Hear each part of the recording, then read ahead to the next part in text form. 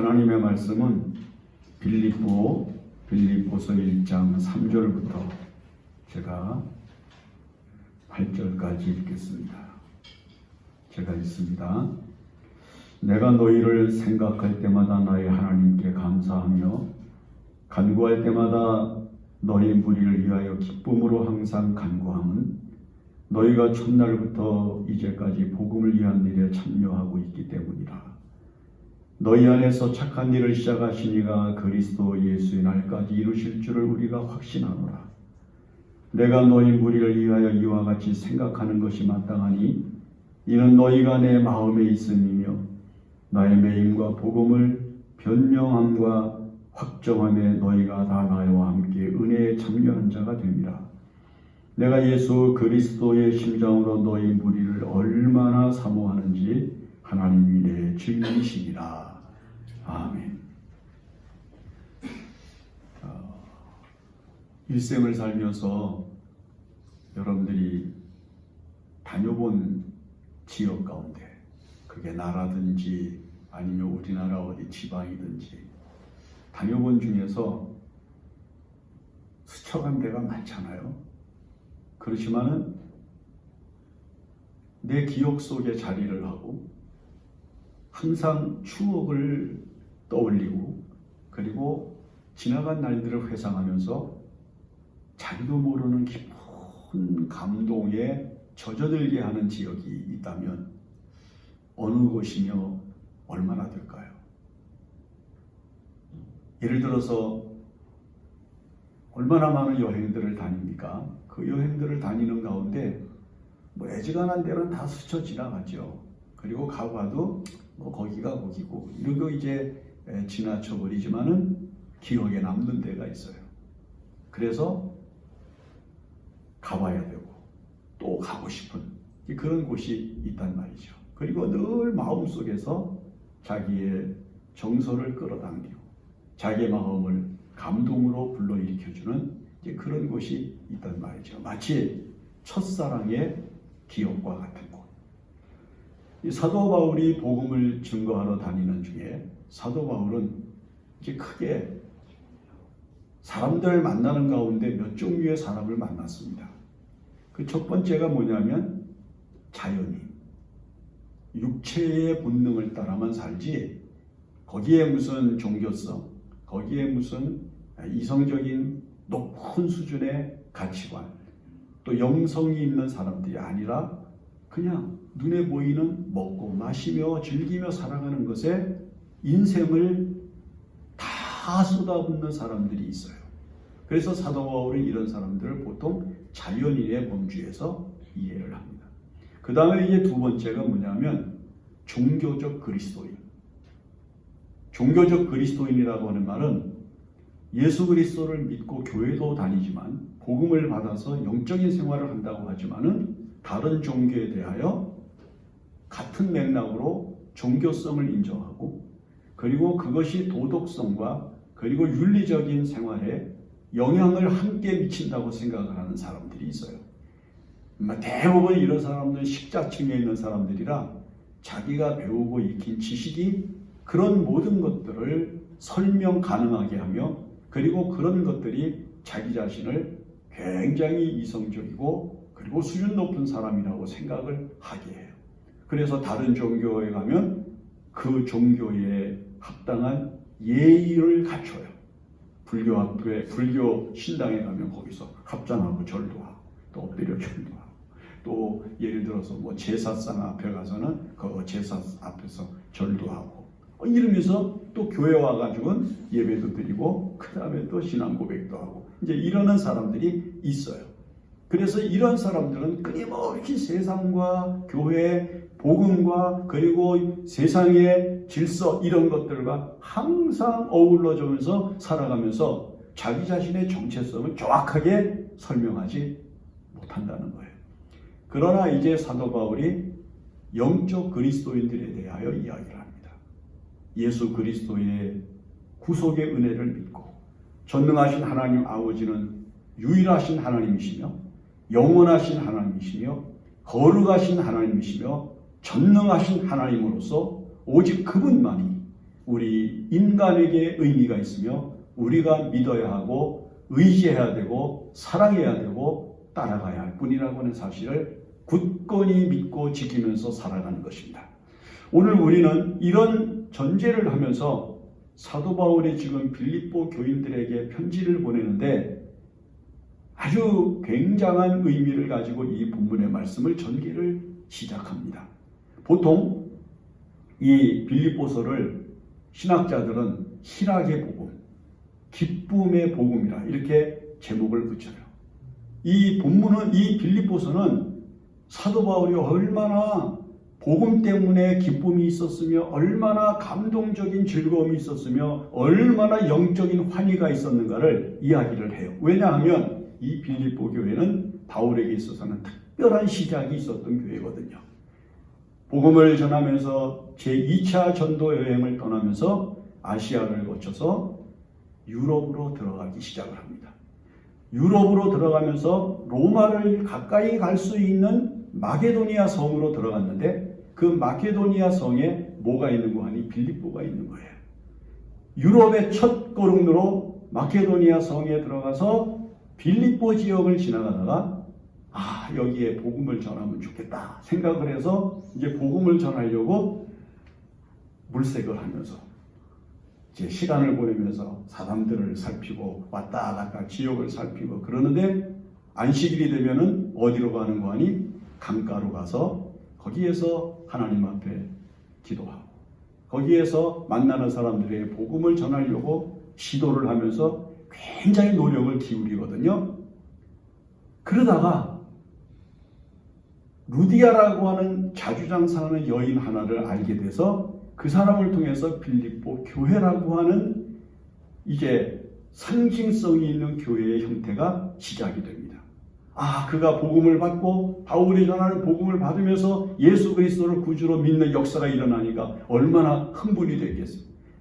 처음 유럽 지역에 발을 디디고 그 다음에 처음 들어간 빌립보 성에서 예수를 믿겠다고 하는 사람이 생겼으니까 바울이 얼마나 고무됐겠어요. 그런데 어떤 일이 있었는가 하면 그곳에 귀신 들려 점하는 사람이 하나 있었거든. 그런데 이 사람이 바울이 지나가는 길목에 있는데 바울이 가기만 하면은 하나님의 거룩한 사람이라고 소리를 지르면서 막 사도 바울을 향해서 이제 자기의 그 어떤 마음속에 있는 그 생각과 의지를 귀신의 역사를 통해서 분출하는 거예요. 그 바울이 저 귀신 들린 사람을 고쳐주면 얼마나 좋겠어요. 여러분 생각을 해보세요. 복음을 전하는데 교회 부흥의 제1번이 뭐냐면 귀신 들린 사람을 쫓아내는 거예요. 왜 교회가 부흥이 안 되냐? 귀신 들린 사람이 쫓겨나가질 않거든. 바울이 만약에 귀신 들린 사람을 쫓아내면 그 지역에 엄청난 효과가 생길 거 아니겠어요? 그런데 바울이 피해요. 귀신을 안 내쫓아요. 그러면서 저걸 고쳐는 줘야 되는데 저걸 내쫓아 줘야 되는데 그러면서 피하여 돌아다니는데 마음이 괴로워요. 그런데 몇 날 그렇게 하고 나니까 바울이 견딜 수가 없어. 마음이 아파요. 귀신 들린 사람을 고쳐주자 하고서 귀신을 쫓아내줬는데 바울의 우려하던 바가 생긴 거예요. 그게 뭐냐면 이 귀신 들린 사람을 쫓아내면 이 사람이 고침받고 예수 믿고 그 복음의 효과가 있으면 좋겠는데 이 귀신 들린 사람을 조종하는 주인이 있단 말이죠. 그 사람을 통해서 돈을 버는 돈벌이 하는 사람이 있는데 이 사람이 복음을 가로막을 거라고 하는 것을 바울은 예측을 했어요. 그래서 이 사람하고 괜히 귀신 들린 사람을 고쳐주고 충돌하게 되면 자기에게 해가 미치고 이 지역에서 복음을 전할 수 있는 기회가 없게 된다는 사실을 생각하면서 피해야 되는데 귀신을 쫓아내고 나니까 역시 그에게 붙잡혀서 그 지역의 관리들에게 끌려가서 모진 매를 맞고 감옥에 갇혀서 여러분 얼마나 고생을 했습니까? 그래서 그가 밤에 감옥에 갇혀 있으면서 조용히 기도하면서 찬송하면서 있었을 때 옥문이 열리고 그 다음에 간수를 구원하는, 그래서 사도행전에서 가장 요지가 되는 말씀, 주 예수를 믿으라. 그리하면 너와 네 집이 구원을 얻으리라고 하는 말씀이 선포되는 역사가 일어나잖아요. 바울은 이 빌립보를 잊을 수가 없는 거예요. 유럽에 들어가면서 첫 번째 루디아라고 하는 여인을 얻어 예수를 믿어 구원을 받는 역사가 열매가 있었죠. 거기서 귀신을 쫓아내는 역사가 있었죠. 그리고 거기에서 주 예수를 믿으라. 그리하면 너와 내 집이 구원을 얻으리라고 하는 복음의 진수를 선포하는 간수장을 얻게 되는 놀라운 영광이 일어났던 거예요. 잊을 수가 없어요. 이 성은 바울의 30년 인생에서, 즉 복음을 전하면서 예수 그리스도의 길을 걸었던 30여 년의 길에서 잊을 수가 없는 거예요. 그래서 그가 뭐라고 이야기를 하는 거 아니? 이 본문의 말씀에서 이게 그 교회를 향해서, 그 빌립보 교회를 향해서 얘기를 하는 거예요. 로마에 가서 복음을 전하면서 2년여를 지나다가 감옥에서 이제 순교를 눈앞에 두고 그가 편지를 쓰면서 이제 빌립보 교회를 향해서 편지를 써서 보내면서 자기의 심정을 얘기를 하는 거예요. 야, 빌립보 교인들아. 그러면서 빌립보 교인들에게 아주 멋진 말을 하죠. 제일 먼저 뭘 얘기하는 거 아니? 이렇게 얘기를 해요. 내가 너희를 생각할 때마다 나의 하나님께 감사한다. 여러분, 사람이 평안한가, 행복한가, 즐거움과 기쁨과 능력이 있는가, 이거 뭘 보면 아는가 하면 자기 상태를 자기가 측량할 수가 있어. 예를 들어 A라는 사람을 생각을 하면서 마음속에 불쾌하고, 그 다음에 얄밉고, 그 다음에 아주 귀찮고, 그 다음에 억울하고 분하고 이런 생각이 드는가? 아니면 그 사람을 생각을 할 때 자기도 모르게 잔잔한 미소가 떠오르면서 좋았던 일이 생각이 나고, 감사한 일들이 생각이 나고, 즐거웠던 일들이 생각을 하고, 그 다음에 행복했던 일들이 생각이 나는 거예요. 사람이 은혜가 있고 그 다음에 영광이 있는 사람들은요, 그 생각 속에 항상 좋은 쪽, 긍정적인 쪽, 감사하는 쪽, 그리고 다른 사람과 행복하게 지냈던 시간들이 추억 속에 남아있는 것으로 자기를 끌어당기는 것을 느끼게 되는 거예요. 그래서 가만히 있으면 즐거운 거예요. 감사한 거예요. 그 사람을 생각하면 괜히 웃음이 나오고, 그 사람을 생각을 하면 공연히 마음속에 흐뭇한 마음이 일어나고, 그 다음에 그 사람을 생각을 하면은 그래, 하나님이 더 복을 주시기를 바랍니다. 축복이 되고 이렇게 되는 거예요. 근데 생각할 때마다 억울했던 일, 속상했던 일, 얄려 죽겠고, 뭐 그냥 섭섭해 죽겠고, 귀찮아 죽겠고, 여러분 이런 생각이 나면은 이건 복음 안에 사는 행복이 아닌 거예요. 한번 여러분들 생각해 보세요. 여러분들이 생각나는 사람이 여러분들의 머릿속에 딱 떠올랐을 때, 마음속에 딱 일어났을 때 어떤 생각이 들어요? 감사한 마음이 들면 복음의 능력이 있는 거고, 미운 마음이 생기고 그냥 속상한 마음이 생기고, 그러면요, 이건 복음의 능력으로 사는 신령한 은혜가 아닌 거예요. 근데 바울은 내가 너희를 생각할 때마다 나의 하나님께 감사한다. 여기서 감사한다고 하는 말은 그냥 뭐 우리가 그냥 감사합니다 이런 얘기가 아니야. 감사합니다 이런 표현이 맞는 거예요. 빌립보 교회를 생각을 하면 자기도 모르게 감사한 마음이 마음속 밑바닥으로부터 그냥 끌어오르고 그냥 마음속에 피어오르는 꽃과 같이 아름다워지는 거예요. 여러분, 이게 복음 안에 사는 즐거움이에요. 지금 바울이 어디에 있어요? 감옥에 있거든. 이제 얼마 있으면은 자기가 순교할 줄 알아요. 죽음을 앞에 두고 빌립보 교회를 생각을 하는데, 자기를 향해서 복음의 시초와 같이 함께 했던 그 영광스러운 일들이 그의 마음속에 꽃처럼 피어나고 감사하는 마음이 일어난다고 하는 것은 바울에게 있어서 자신의 현재를 감당할 수 있는 능력이기도 하며 그리고 즐거움이기도 한 것이에요. 바울은 디모데후서 4장에서 이런 얘기를 해요. 디모데를 향해서 편지를 쓰면서 디모데야, 복음의 시초에 나와 함께한 자들이 하나도 없고 다 나를 버렸다. 내가 저들에게 허물을 돌리지 않기를 원한다. 가만히 앉아있으면은, 제가 로마의 감옥에서 가만히 앉아있으면 30여 년 동안 자기를 통해서 예수 믿고 병고침을 받고 죽은 자리에서 소생하고 그 다음에 자신의 생활에 나타난 많은 육체적인 행복과 영광들을 얻은 사람들이 그렇게도 많음에도 불구하고 지금은 아무도 내 곁에 있지도 않을 뿐만 아니라 오지도 않는다. 그 마음이 섭섭한 거예요. 그러면서 그런 마음을 떨쳐 일으키는 그런 생각을 극복하는 마음을 뭐로 표현하는 거니? 내가 그들에게 허물을 돌리지 않기를 원하노라. 마음속에 자꾸 서운한 마음이 일어나고 섭섭한 마음이 일어나면 이걸 자꾸 내려 눌리느라고 싸우고 있는 거예요. 근데 빌립보 교회를 향해서는 그렇게 얘기합니다. 내가 너희를 생각할 때마다 섭섭한 마음 없다. 서운한 마음 없다. 내가 너희를 생각하면 감사한다.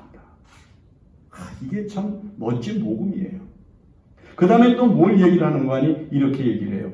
간구할 때마다 너희 무리를 위하여 기쁨으로 항상 간구하고. 자, 간구 속에 슬픔이 있겠죠. 어떤 때 애통하는 마음도 있겠죠. 분노도 있을 수 있잖아요. 스스로 자기 마음을 두드리면서 마음속에 비통한 생각과 의지를 가지고도 하나님 앞에 기도할 수 있어요. 그런데 바울은 이렇게 이야기를 합니다. 내가 너희를 생각할 때마다 내가 너희를 위해 기도하는 것은 기쁨으로 항상 하나님 앞에 기도하고 있다. 부모님들이 과거에 우리 6.25 전쟁 이후에 교회 와서 이제 새벽에 말이에요. 그때 뭐 겨울 한겨울에도 난로 같은 거 못 되는 교회가 많았거든요. 그냥 바닥에 방석 하나 담요 같은 거 이렇게 깔아놓고 거기서 무릎 꿇고 마룻바닥에서 추운데 기도하는 성도들이 많았는데 얼마나 많은 사람들이 교회에서 울었는지 몰라요. 근데 새벽 기도 같은 데 이렇게 가가지고 교회에서 어른들이 기도하는 그 새벽 기도 시간에 울음소리가 안 나는 날이 없었던 것 같아요. 여기서 울면 저기서도 울고 저기서 울면 이쪽에서 흐느끼고 그 생활이 힘들고 그 다음에 6.25 전쟁 이후에 얼마나 많은 고통과 괴로움이 있었겠어요. 많은 사람들이 눈물로 기도를 했어요. 그런데 그렇게 항상 기도하는데 그들에게 슬픔이 있고 괴로움이 있고 고통이 있고 그리고 섭섭함이 있죠.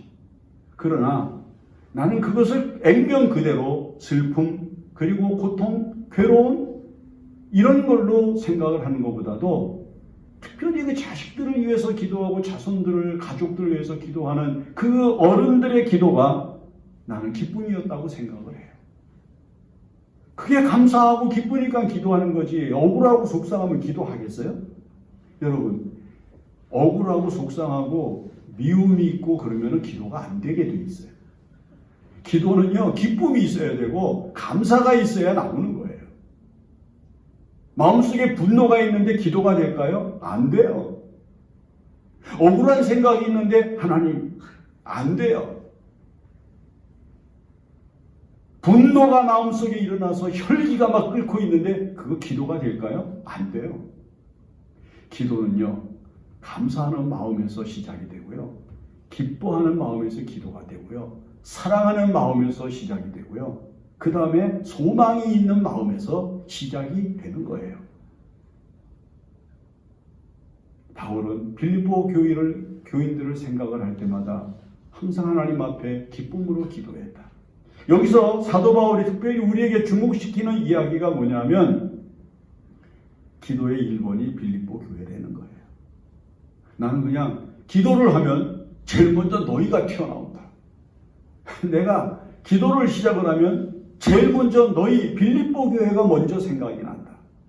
빌립보 교회를 제일 먼저 기도하게 된다. 이런 의미거든요.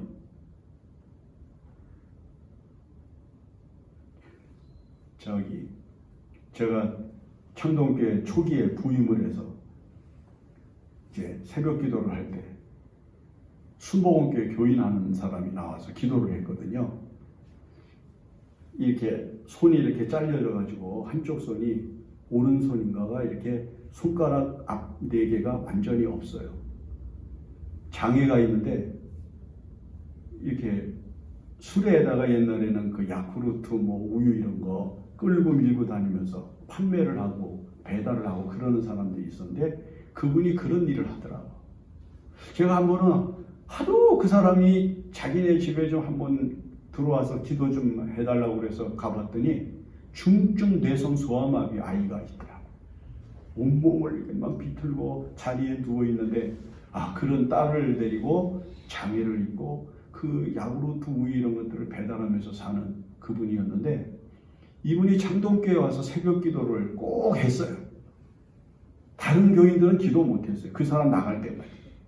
뭐 교회가 쩌렁쩌렁 울리게 하는데 그 사람 딱 입 열면 그 가정 환경을 생각을 하면 딸 위에 먼저 기도할 것 같고 자기 위에 기도할 것 같고 가정생활에 위해서 기도할 것 같은데 그 사람은 제일 먼저 입 딱 띄면 수보음교회 당회장 조용기 목사님 이러고 시작을 하는 거예요. 그 사람의 기도 1번은 수보음교회 당회장 조용기 목사님 5대양 6대주를 비행기를 타고 날아다니면서 복음을 전하시고 나 외워요. 그 사람 기도하던 거. 지금도 잊혀지지가 않아. 그 사람의 1번은 조용기 목사님이야. 그리고는 맨 마지막에 갈 때 창동교회 곽성준 목사님 이 교회도 부흥되게 해주시고 교회 우리 교회 와서 기도한다고 미안하니까 마지막에 조금 해주고 가고 제가 그래서 덕을 많이 봤어요. 자, 바울은요 기도가 딱 시작이 되면 제일 먼저 그의 영혼과 그의 신령한 마음을 끌어당기는 의지와 믿음이 있어. 빌립보 교회예요. 마게도니아 첫성에 있었던 빌립보 교회. 루디아, 귀신 들렸던 여자. 감옥에 갇혀서 매를 맞고 아픈 중에도 찬송하고 기도할 때 터가 흔들리고 옥문이 열렸던 놀라운 신비한 경험. 그리고 간수를 예수 믿게 했던 그래서 순식간에 그의 가족이 세례를 받고요. 빌립보 교회가 확장이 되는 은혜를 체험시키셨던 그 빌립보 교회. 기도 제목 1번일 수밖에 없죠. 사도 바울이 누구를 위해서 기도하겠습니까? 무엇을 위해서 기도하겠습니까? 복음을 받고 예수 믿은 사람들 하지 않겠어요? 거기 지금 어머니들이 하나님 앞에 기도하면 제일 먼저 누구 위해서 기도하겠어요? 자식 위해서 기도하죠. 1번 아니겠어? 가족들. 여러분 이것은 바로 기도가 우리들에게 나타내는 거룩한 의미를 어떻게 가다듬어가며 어떻게 진행시켜야 될 것인가를 가르쳐주고 보여주는 능력이기 때문입니다. 바울은 이렇게 이야기를 합니다. 내가 간구할 때마다 너희 무리를 위하여 기쁨으로 항상 하나님 앞에 간구한다. 여러분 기도를요 기쁨으로 하세요. 즐거움으로 하세요. 행복한 마음을 가지고 하세요. 기도를 여러분들의 마음속에서 다른 것과 비교할 수 없는 거룩한 즐거움으로 기도하면 반드시 놀라운 하나님의 은총과 영광을 얻게 되는 것입니다. 그 다음에 뭐라고 이야기를 하는가 하면 바울은 이렇게 얘기를 합니다. 복음을 위한 일에 함께하는 마음으로 살아주고 있는 너희들이 감사하다는 거예요. 멀리 떨어져 있지만 함께 복음을 위하여 은혜에 참여하여 역사하고 함께 협력하고 하는 이 빌립보 교회 교인들의 영성이 너무너무 고맙고 감사하다는 거예요. 여러분 그렇잖아요. 우리가 어떻게 맨날 같은 사람 교회 안에서 아니면은 이 세상을 살아가면서 기도할 때마다 함께 모여서만 기도할 수가 있어요. 어떤 때는 멀리 떨어져서도 기도할 수 있고 헤어져서도 기도할 수 있고 다 곳곳에 떨어져 있지만은 그 영적인 기도가 영적인 연결고리를 가지고 함께 기도하는 거룩한 즐거움을 통해서 복음을 위하여 역사하고 은혜를 함께 받는 거룩한 힘으로 작용하는 것을 느낄 수 있다는 거예요. 그래서 바울은 이 기도의 능력과 기도의 힘을 결단코 간과하지 아니하고 온 힘을 기울여서 기도하는데 전심전력할 수 있었던 겁니다. 이 기도가 복음을 위한 일에 참여하는 가장 큰 능력이고 함께 하나님의 은혜를 함께하고 나누는 거룩한 즐거움을 주는 가장 큰 능력이라고 믿었던 거예요. 우리가 다른 사람에게 뭘 줄 수가 있겠어요? 우리가 다른 사람에게 베풀 수 있는 것이 뭐가 있겠어요? 우리가 가진 게 얼마나 많아서 그 사람이 필요한 모든 것을 아낌없이 날마다 줄 수가 있겠어요? 그렇게 못하잖아요. 그러나 기도는 끝이 없는 거예요. 어떤 분이 하나님의 말씀은 과식이 없다. 그러니까 이 세상의 모든 음식은 육체는 먹으면 적당한 그 수준을 넘어가면 과식이 돼서 탈이 나잖아. 근데 하나님의 말씀은 암만 먹어도 과식이 없다. 그리고 기도는 아무리 해도 채워지지 다 채울 수 없는 능력을 가지고 있다. 여러분 기도 생활에서 여러분들 느끼는 게 뭡니까? 기도가 부족하다는 거예요. 그래서 어느 목사님이 쓴 글에 보니까 그런 글을 남겼더라고. 이 다음에 하나님 앞에 갔을 때 가장 부끄러워할 일이 뭔가? 헌금을 못한 건가? 봉사를 못한 건가? 전도를 못한 건가? 아니다. 이 다음에 하나님 앞에 갔을 때 가장 마음 섭섭하고 부끄러울 것은 기도가 부족했다는 것을 느끼는 것이다. 이렇게 얘기를 했어요. 여러분들이 이 세상에서 하나님을 향해서 제일 부족함을 느끼는 게 뭐예요? 헌신? 전도 제대로 하지 못한 거? 봉사 잘하지 못한 거? 아니라는 거예요. 기도를 하지 못한 게 제일 하나님 앞에 부끄럽고 기도 생활이 부족했던 것이 가장 하나님 앞에 민망한 것일 것이다. 이렇게 얘기를 하는 거예요. 바울은 항상 기도라는 말을 썼어요. 항상 기도라. 우리도 항상 하나님 앞에 기도하면서 거룩하신 주님의 일에 참여하는 신령한 영광을 가장 소중한 것으로 여기고 살아가는 믿음의 사람이 되어야 됩니다.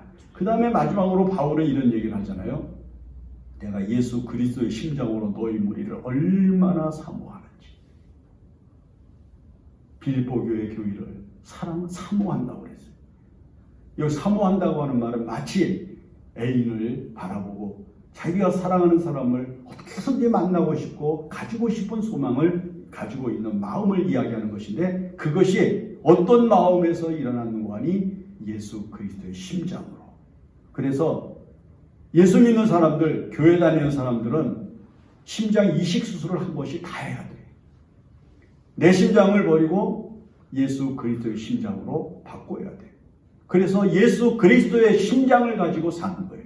그래서 이 1장, 이 본문의 말씀을 뒤로 이어서 빌립보서 2장으로 가면 뭐라고 얘기를 하는 거니? 너희 안에 이 마음을 품으라 곧 그리스도 예수의 마음이니. 이렇게 나오는 거예요. 우리가 이제 우리 심장을 내려놓고 우리 심장을 빼고 여기에 예수님의 심장을 박아 놓으면 사랑하는 마음이 달라지겠죠. 생각하는 마음이 달라지겠죠. 행동하는 마음이 달라지지 않겠습니까? 이 세상을 바라보는 우리의 가치관이 완전히 달라지고 하나님의 빛으로 충만한 마음을 가지고 사는 기쁨이 마음에 넘치게 될 것입니다. 바울처럼 신령한 마음을 가지고 한번 좀 그리스도를 위해 사는 이 즐거움을 거룩한 기쁨으로 잃지 않고 살아가는 능력으로 삼으시기를 바라는 것입니다. 기도하십시다. 고마우신 하나님, 우리가 생각할 때에 늘 감사케 하고 우리가 기도할 때는 항상 기쁨으로 기도하면서 예수 그리스도의 심장을 가지고 모든 이들에게 복음의 능력을 나타내는 거룩한 성도가 되게 하여 주시옵소서. 하나님, 우리 기도 제1번 제목이 누굽니까? 무엇입니까? 하나님 아버지, 사랑하는 가족, 사랑하는 교회, 사랑하는 성도, 그리고 사랑하는 세계가 되게 하여 주시옵소서. 예수님의 이름으로 기도합니다. 아멘. 이제